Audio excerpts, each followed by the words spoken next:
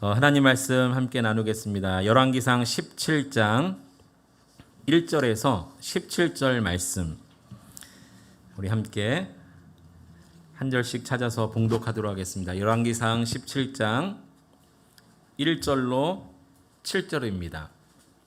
제가 가진 성경은요, 구약성경 544면에 있습니다. 열왕기상 17장 1절로 7절까지 말씀입니다. 우리 한 절씩 교독하시고 마지막 절 같이 읽겠습니다. 제가 1절 먼저 읽겠습니다. 길르앗에 우거하는 자 중에 드셉 사람 엘리야가 아합에게 말하되 내가 섬기는 이스라엘의 하나님 여호와께서 살아계심을 두고 맹세하노니 내 말이 없으면 수년 동안 비도 이슬도 있지 아니하리라 하니라. 너는 여기서 떠나 동쪽으로 가서 요단 앞 그릿 시냇가에 숨고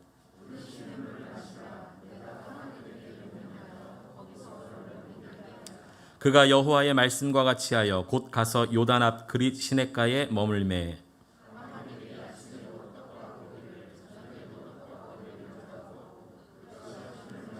함께 읽겠습니다. 땅에 비가 내리지 아니하므로 얼마 후에 그 시내가 마르니라. 아멘. 저는 오늘 적의 심장부에서 영적 칼날을 갈다라는 제목으로 함께 말씀을 나누길 원합니다. 1936년 제11회 베를린 올림픽에서 2시간 29분 19초의 세계 신기록을 세우면서 마라톤 우승을 차지한 한국 사람이 있었습니다. 바로 손기정 선생님이십니다. 이 손기정은 한국인으로서 땄던 최초의 올림픽 금메달을 받았습니다. 당시에 손기정은 사실은 전혀 알려지지 않은 신인이었다고 합니다. 이 손기정 올림픽에서 메달을 땄던 그 전대회 우승자였던 아르헨티나의 자발라, 또 영국의 하퍼, 핀란드의 타미라 등과 같이 쟁쟁한 우승 후보를 제치고 당당하게 그럼에도 불구하고 이 신인 선수가 우승을 차지한 겁니다. 그러나 여러분 잘 알고 계시듯이 베를린 올림픽 당시 1936년은 우리나라가 일제강점기에 있었던 시기였기 때문에 손기정은 한국 사람이었음에도 불구하고 일장기를 가슴에 달고 올림픽에 나갈 수밖에 없었고 금메달을 차지했지만 그 시상대에서는 일본 국기가 연주되고 일장기가 하늘 높이 올라갔던 그 뼈아픈 역사의 순간을 우리는 다 기억합니다. 저도 인터넷에서 그때의 사진을 본 적이 있는데요. 그 화려한 올림픽 마지막 마라톤 우승자 그 정말 영광스러운 자리였음에도 불구하고 우리 손기정 선생님은요, 침울한 표정을 감출 수 없고 고개를 푹 숙인 채로 금메달 수여식에 참여하고 있었습니다. 이 손기정은 어릴 때부터 달리기를 참 좋아했다고 합니다. 그래서 그가 공부할 때든지 일할 때든지 언제나 달려서 학교도 가고 일하는 곳에 갔다고 합니다. 16세에 일본의 그 고학길에 올랐고 20세에는 양정고등보통학교에 입학하면서 만학도의 길을 시작을 했습니다. 고등학교 재학 시절부터 마라톤 선수 생활을 시작해서 1935년도에 일본에서 열린 이 베를린 올림픽 그 선수 대표 선수 이 선발전에서 당당하게 1등을 차지했고요. 같은 해 4월에 서울에서도 열린 마라톤 대회에서도 우승했고 또 같은 해 11월에 최종 올림픽 선수를 뽑는 데서도 당당하게 1등을 차지해서 당시에 조선인이 대표 선수가 될 수 없었음에도 불구하고 그는 모든 대회를 1등을 차지해서 일본에서 어쩔 수 없이 대표 선수로 내보내게 되었다고 합니다. 그렇게 나간 베를린 올림픽에서 당당하게 금메달을 땄고요. 그 대회 3위를 차지한 사람도 한국 사람인데 남승용 선생님이시라고 합니다. 일제강점기가 다 끝나고 난 다음에 이 손기정 선생님이 밝힌 고백이 하나 있습니다. 이런 고백을 했다고 합니다. 내 가슴에는 일장기가 있었지만 나는 일본 사람이 아닌 한국 사람으로서 달렸다. 내가 죽기 살기로 1등을 해야만 했던 이유가 있다. 그것은 언젠가 해방이 되면 나는 일본 사람이 아닌 한국 사람이라는 것을 모두에게 알리고 싶었기 때문에 죽기 살기로 1등 할 수밖에 없었다. 언젠가 역사가 그것을 증명해 줄 것을 믿고 죽기 살기로 뛰었다. 그런 이야기를 했습니다. 일제시대 때 그가 일본에서 고등학교도 졸업하고 대학교도 졸업을 했습니다. 그러나 고등학교, 대학교를 일본 학교를 졸업하고 난 다음에도 똑같은 이야기를 했습니다. 나는 분명 한국 사람이다. 내가 일본 땅에서 공부한 이유는 내가 한국 사람임을 모두에게 알리고 싶은 이유밖에 없었다. 여러분, 손기정은요, 자신이 일본 사람이 아니라 한국 사람이라는 것을 오히려 공부든 일이든 운동이든 자기가 유명해질 때까지 열심히 해서 마치 그 일본 땅에서 자기를 알아보는 모든 사람들에게 나는 조선인이다, 이것을 드러내기 위해서 죽기 살기로 공부도 일도 마라톤도 열심히 했다는 거예요. 그 일본 땅, 그 적의 심장부에서 칼날을 갈고 있었던 것이죠. 오늘 본문에 보면 이와 같은 한 사람이 나옵니다. 바로 엘리야 선지자입니다. 이 엘리야는요, 여러분, 성경에 나오는 많은 선지자 중에 참 많은 기적과 이사를 일으켰던 사람입니다. 그만큼 하나님이 크게 역사하셨던 사람이죠. 대표적으로 바알을 섬기는 선지자 450명, 아세라를 섬기는 선지자 400명, 850대 1로 맞서서 여호와 하나님이 참 신임을 증명했던 사람입니다. 그의 인생 마지막은 어떻게 죽음을 맞습니까? 네, 사실 죽음을 맞지 않고 하나님이 그를 하늘로 승천하여 데려가셨습니다. 그런 사람입니다. 그런데 이런 엘리야도 한낱 인간에 불과하다는 것을 증명하듯 힘든 시간을 보냈던 적이 있었습니다. 3년 동안이나 하나님의 음성이 들려오지 않았던 때도 있었습니다. 하지만 그 시간들은 하나님이 엘리야를 더 견고하게 훈련시키시고자 했던 시간들이었습니다. 엘리야 스스로 영적 칼날을 갈면서 때를 기다리고 있었다는 것이죠. 오늘 이 엘리야의 삶을 통해서 여러분을 향하신 하나님의 마음, 여러분을 향하신 하나님의 계획도 깨달을 수 있는 이 주일 아침 될 수 있기를 축원해 드립니다. 먼저 엘리야를 이야기할 때 절대 빼놓을 수 없는 한 이스라엘 왕이 있습니다. 그 왕이 바로 북이스라엘 왕 가운데 가장 악한 왕이었던 아합 왕이었습니다. 엘리야는 아합이라고 하는 이 북이스라엘 왕 때 활동했던 선지자였죠. 이 아합 왕은 도대체 어떤 왕이었는가? 이 왕이 얼마나 악한 왕이었길래 하나님은 엘리야를 그에게 보내실 수밖에 없었는가? 우리 한번 성경을 통해 확인해 봤으면 좋겠는데요. 여러분, 성경 한번 찾아보시죠. 열왕기상 16장 29절부터 한번 보시겠습니다. 네, 열왕기상 16장 29절입니다. 제가 한번 읽어볼 테니까 눈으로 한번 따라와 보시기 바랍니다. 유다의 아사왕 제38년에 오므리의 아들 아합이라는 이름이 나오죠. 아합이 이스라엘의 왕이 되니라. 오므리의 아들 아합이 사마리아에서, 이 사마리아는 북이스라엘의 수도였습니다. 이 당시는 남과 북, 이스라엘이 남쪽과 북쪽으로 나눠졌을 때죠. 북이스라엘의 수도가 사마리아였습니다. 사마리아, 그러니까 이스라엘 왕이었다는 거죠. 아합이 사마리아에서 22년 동안 이스라엘을 다스리니라. 오므리의 아들 아합이 그의 이전의 모든 사람보다 여호와 보시기에 악을 더욱 행하여, 이렇게 말합니다. 그 이전에 하나님 앞에 범죄했던 왕들보다 더 악한 왕이었다, 그렇게 말하고 있고요. 31절에 보면 느밧의 아들 여로보암의 죄를 따라 행하는 것을 오히려 가볍게 여기고, 이렇게 말합니다.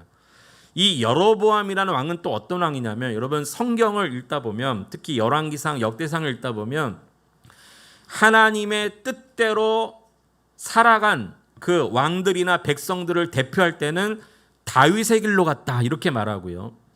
하나님을 등지고 하나님을 배반하고 우상 숭배하며 죄악의 길을 걸었던 사람들을 여로보암의 길을 따랐다, 이렇게 대표적으로 이야기합니다.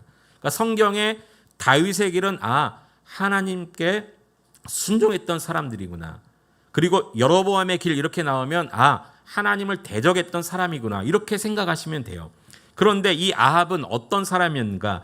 그 하나님을 대적하는 대명사였던 여로보암의 죄를 따라 행하는 것도 오히려 가볍게 여겼던, 그러니까 여로보암보다 더 악한 왕이었다는 것을 우리에게 잘 가르쳐주고 있습니다. 그런데 31절에 보면 그가 처음부터 악했던 것이 아니에요. 그가 아내를 잘못 만났기 때문입니다. 여기 중간에 한번 보십시오. 시돈 사람의 왕 엘바알의 딸 이세벨을 아내로 삼고 가서 바알을 섬겨 예배하고.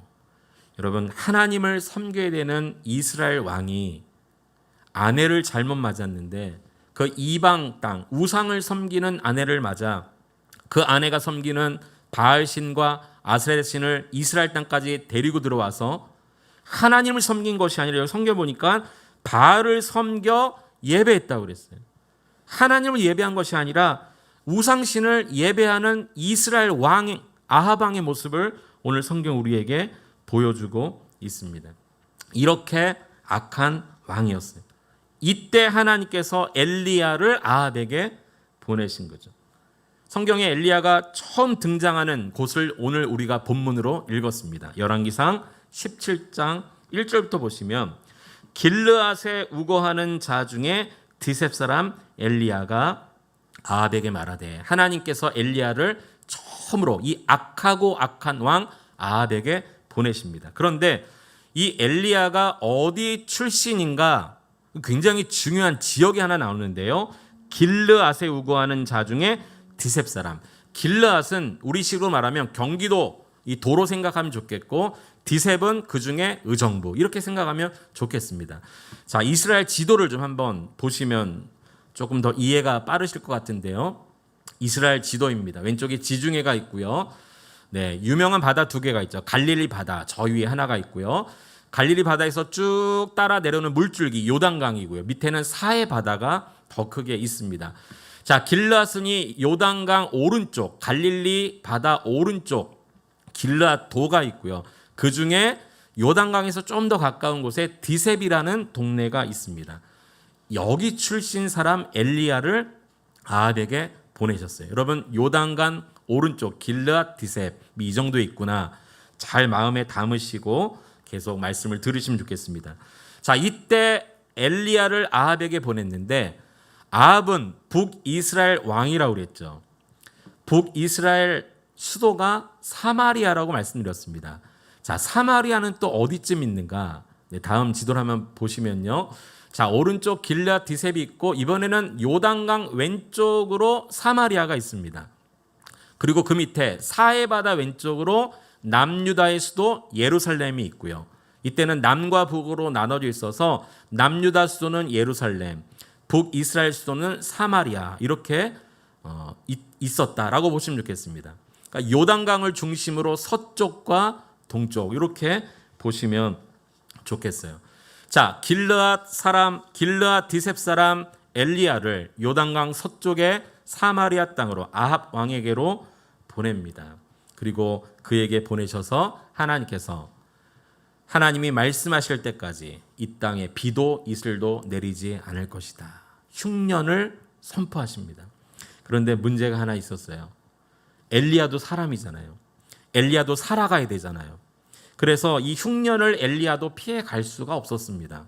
하지만 하나님은요, 엘리야에게 다음에 두 가지 명령을 통해서 이 흉년의 때를 잘 지나가게 하십니다. 첫 번째 명령은 어떤 명령이었냐면 오늘 본문 2절과 3절에 보면 요단 앞 그리 시냇가에 가서 숨으라 그렇게 명령하십니다. 자, 길르앗 디셉에서 사마리아 땅까지 와서 아합 왕에게 흉년을 선포한 엘리야를 하나님께서는 요단 동편 그리 시냇가에 가서 숨으라. 자, 그리 시냇가도 한번 어디쯤 있는지 한번 보시면 좋겠습니다. 자, 그리 시냇가는 요단강에서도 물줄기가 이렇게 오른쪽으로 나와서 디셉 근처에 있습니다. 자, 디셉은 엘리야가 있었던 고향이었죠. 하나님이 여기 가서 숨으라는 거예요. 왜 여기 가서 숨으라고 하셨을까요? 네, 이 지역을 엘리야가 잘 알고 있었기 때문입니다.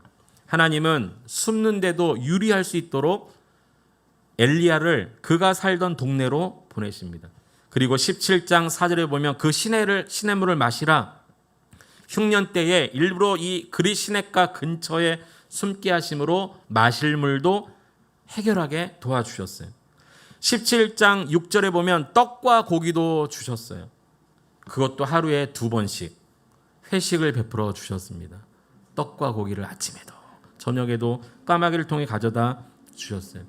하나님은 흉년 때를 함께 지나야 했던 이 엘리야에게 먹을 것과 마실 물을 주셨습니다.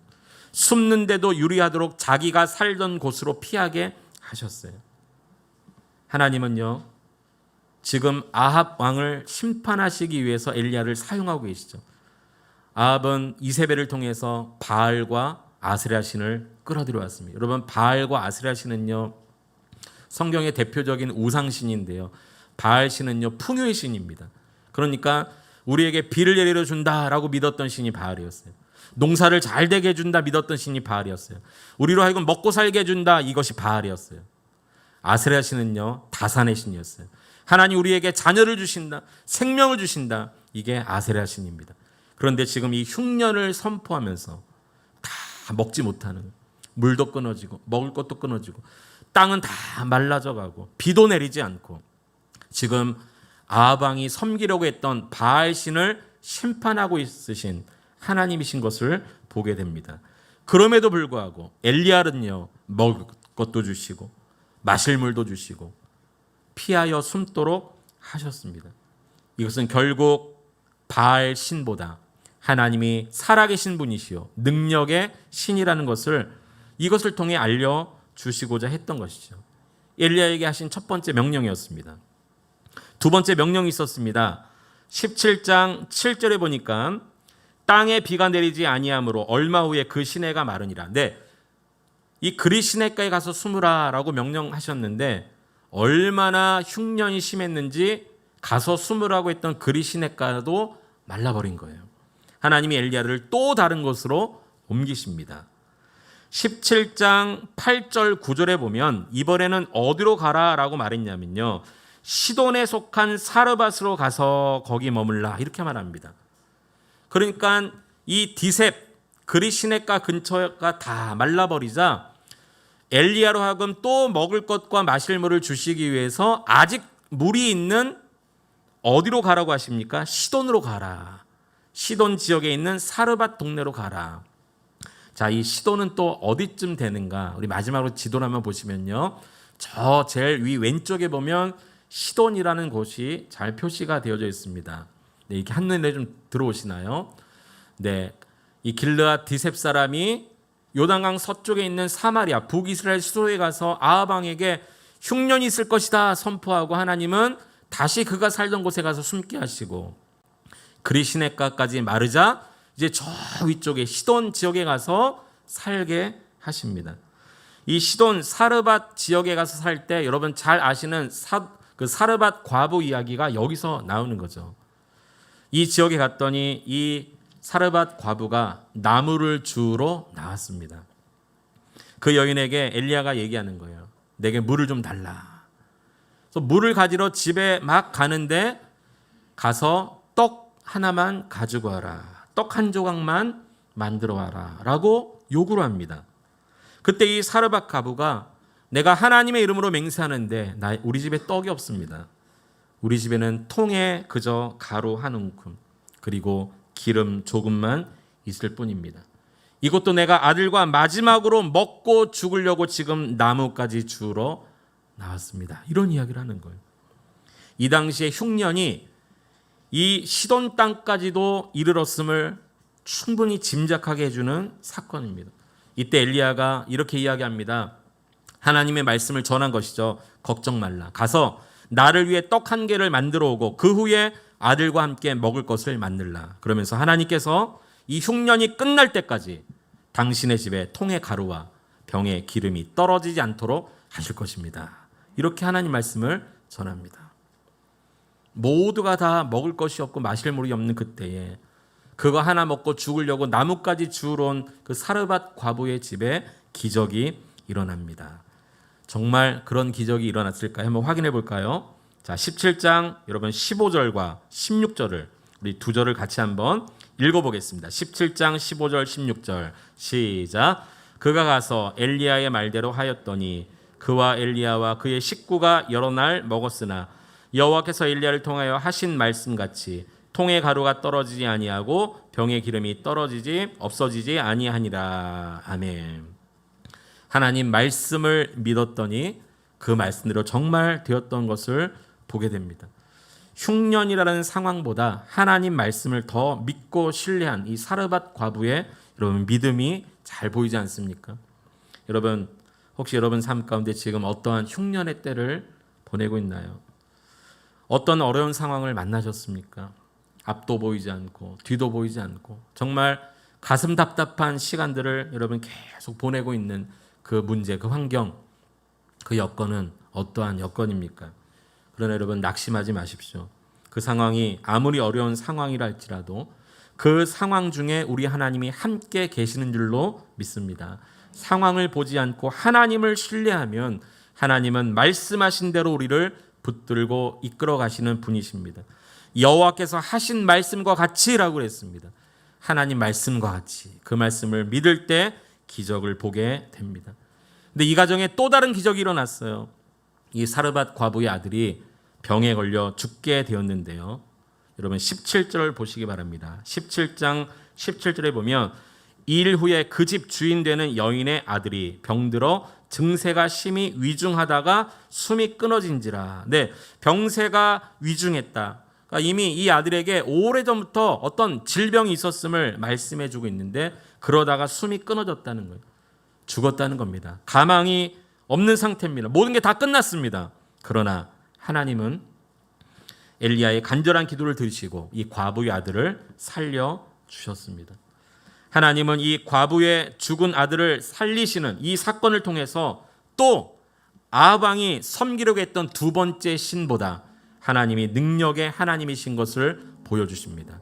아세라 신, 어떤 신이라고 믿었습니까? 출산의 신, 자녀를 낳아준다고 믿었던 신, 우리에게 생명을 준다고 믿었던 신, 이 신이 진짜 신이 아니라 이 사르밧 과부의 아들을 살려내심으로 인해서 여호와 하나님이 진짜 신이고 아세라보다 능력의 신이라는 것을 또 한 번 알려주신 것이죠.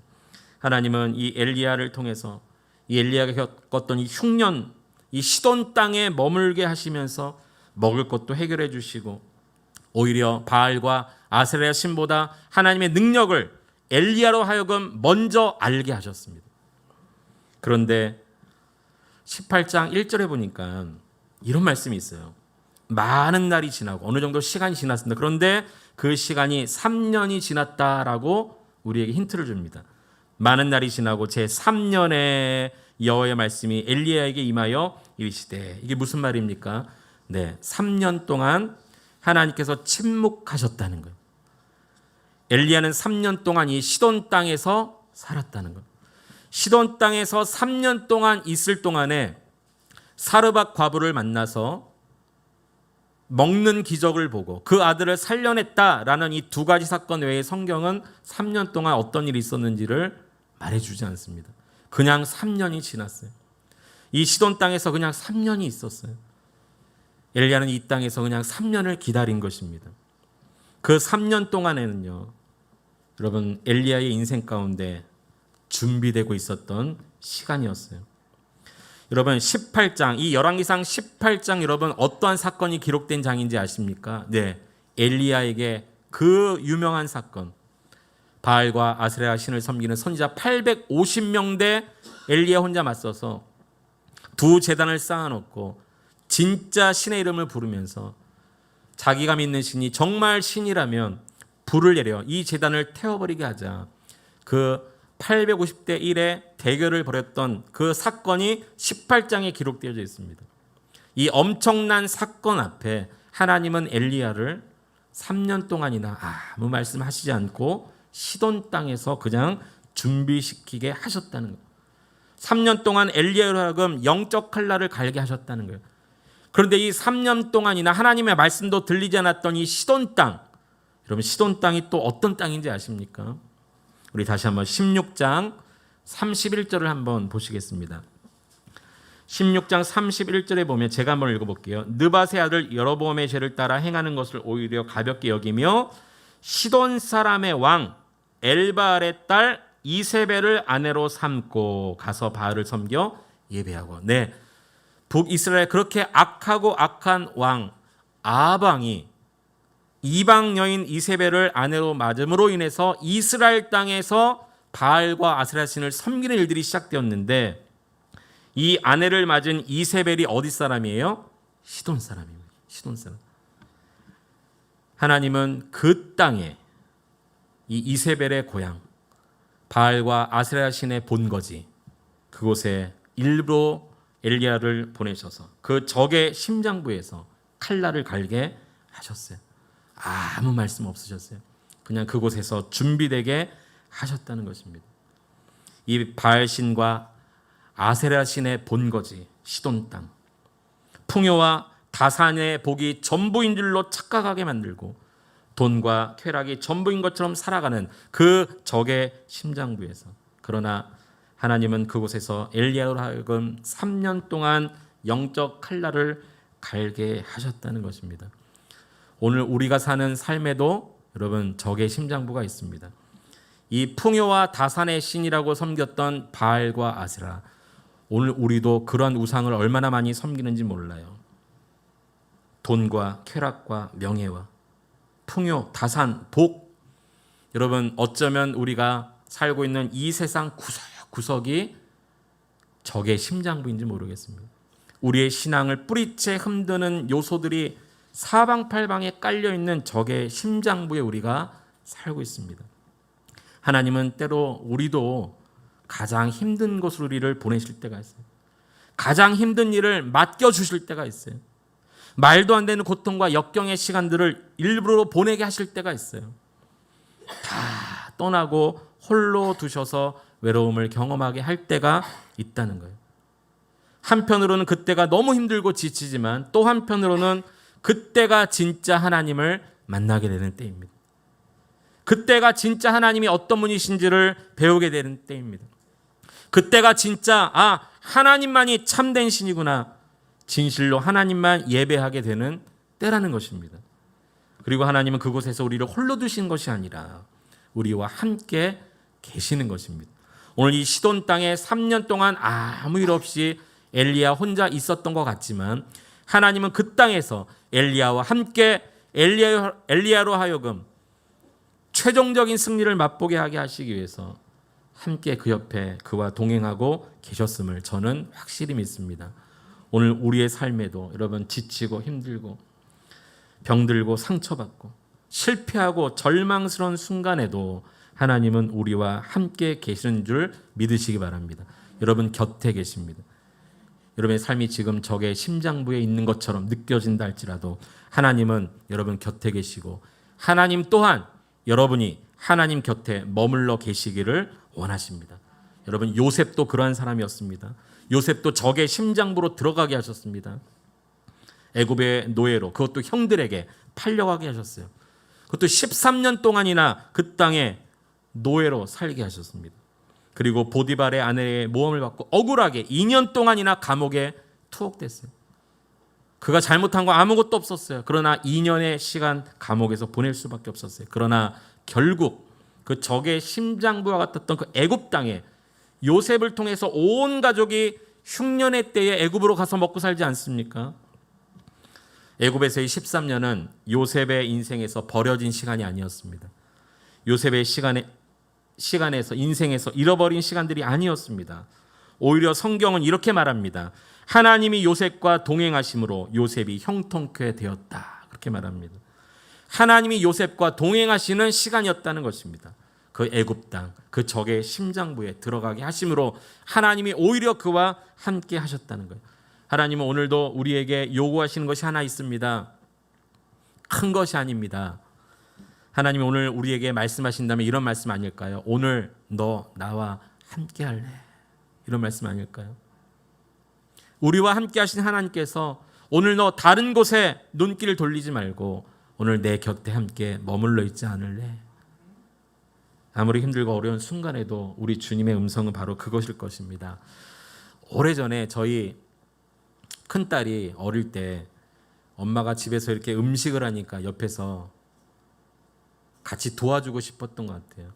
그날 기억으로 그 상추를 이렇게 준비했는데요. 상추를 상 위에 올려놓고 다른 걸 막 준비하는데 이 어린 딸이 자기도 엄마 도와주면서 음식 만들고 싶다고 이미 상 위에 올려진 상추를 전부 다시 헤집어 놔서 갈갈이 다 찢어놨어요. 상추를 싸 먹어야 되는데 비빔밥을 해서 먹을 수밖에 없어요. 그리고 청소를 엄마가 하면 자기도 하겠다고 자기보다 더 큰 그 무선 청소기를 가지고 막 되지도 않는 일을 더 하면서 오히려 다 치워놓으면 어지럽히고 그런데 여러분 그 모습을 보면서 그냥 딸이니까 예쁘더라고요. 설령 다시 청소하는 일이 있다 할지라도 그 모습이 그냥 예쁜 거예요. 우리를 보시는 하나님의 마음도 마찬가지 아닐까요? 여러분의 완벽함을 보시고 여러분을 사랑하기로 결정하시지 않으셨습니다. 그냥 자녀니까. 사랑하는 자녀니까. 때로는 실수하고 때로는 넘어지고 때로는 죄짓고 살 정도로 우리는 연약하지만 그것 때문에 우리를 정죄하지 않으십니다. 오히려 우리를 너무 사랑하셔서 독생자를 예수 그리스도를 보내주시고 십자가에 죽기까지 내어주셨는데 우리가 넘어지고 범죄할 때마다 네 믿음이 왜 그것밖에 안 되느냐 책망하실까요? 저는 그렇지 않다 생각합니다. 사실 지금 우리의 모습을 보면 하나님이 책망하셔도 수천 번을 책망하셔야 맞지만 그러나 하나님은 끝까지 우리를 사랑하시고 기다리시고 돌아오면 용서하시기로 작정하셨다는 거죠. 그 하나님이 오늘도 우리에게 이렇게 말씀하십니다. 너의 모든 순간에 내가 너와 함께하고 있다. 그곳이 적의 심장부라 할지라도 이렇게 하나님은 말씀하실 것입니다. 말씀을 정리합니다. 여러분 성경은요 하나님께서 우리를 보호하고 계시기에 우리와 함께 하시기에 오히려 기뻐하라 이렇게 말합니다. 우리 마지막으로 베드로전서 1장 5절 6절 말씀을 함께 같이 한번 읽어보겠습니다. 시작. 너희는 말세에 나타내기로 예비하신 구원을 얻기 위하여 믿음으로 말미암아 하나님의 능력으로 보호하심을 받았느니라. 그러므로 너희가 이제 여러 가지 시험으로 말미암아 잠깐 근심하게 되지 않을 수 없으나 오히려 크게 기뻐하는도다. 할렐루야. 우리가 잠깐은 근심하지만 믿음으로 말미암아 하나님 우리를 보호하신다 믿을 때에 그 근심이 기쁨이 될 줄 믿습니다. 여러분 적의 심장부인 이 세상을 바라보지 마십시오. 이 세상에서 함께 하시는 하나님을 바라보시기 바랍니다. 라헬이라고 하는 신학자는요 그가 쓴 책 거룩이라는 책에서 이런 이야기를 했습니다. 참된 기독교 신앙은 싸움이다 그렇게 말했습니다. 우리 신앙은 싸움이라는 겁니다. 거룩한 싸움입니다. 무슨 싸움입니까? 예배의 싸움이라고 생각합니다. 바알을 예배할 것인가? 하나님을 예배할 것인가? 세상을 예배할 것인가? 하나님을 예배할 것인가? 돈과 쾌락을 예배할 것인가? 하나님을 예배할 것인가? 여러분 진정한 예배의 영광은 예배 드리는 현장인 교회에서도 나타나야지만 여러분 삶 속에서도 똑같이 예배의 영광이 드러나야 됩니다. 하나님은 주일에는 우리를 교회로 부르시지만 평일에는 세상으로 적의 심장부로 우리를 부르셔서 그 적의 심장부에서 하나님을 예배하도록 하십니다. 때로는 실패하고 넘어질 수 있습니다. 그러나 계속해서 영적 칼을 갈다 보면 하나님의 진정한 승리를 맛보게 될 줄 믿습니다. 저는 코로나 때문에 참 마음이 아파요. 세상이 교회를 향해 이렇게 이야기합니다. 교회도 세상과 똑같네. 뭐 별반 다를 게 없네. 아니요, 요즘에는요 교회가 더 심하네. 더하네 더해. 이런 이야기를 들을 때마다 참 가슴이 아픕니다. 어떤 말들은 때론 맞는 말이 있을 수도 있습니다. 우리 교회가 잘못하는 일도 있기 때문이죠. 그러나 여러분 우리 성도들이 그렇지 않다라는 것을 보여줘야 됩니다. 진짜 하나님의 자녀의 삶은 그렇지 않다라는 것을 보여줘야 되지 않겠습니까? 이번 한 주간도 여러분 적의 심장부에서 예배의 싸움을 싸우시기를 축원해 드립니다. 이번 한 주간도 적의 심장부에서 영적 칼날을 가시기를 축원해 드립니다. 믿는 자의 모습은 이거다 보여주시는 여러분 될 수 있기를 축복합니다. 함께 말씀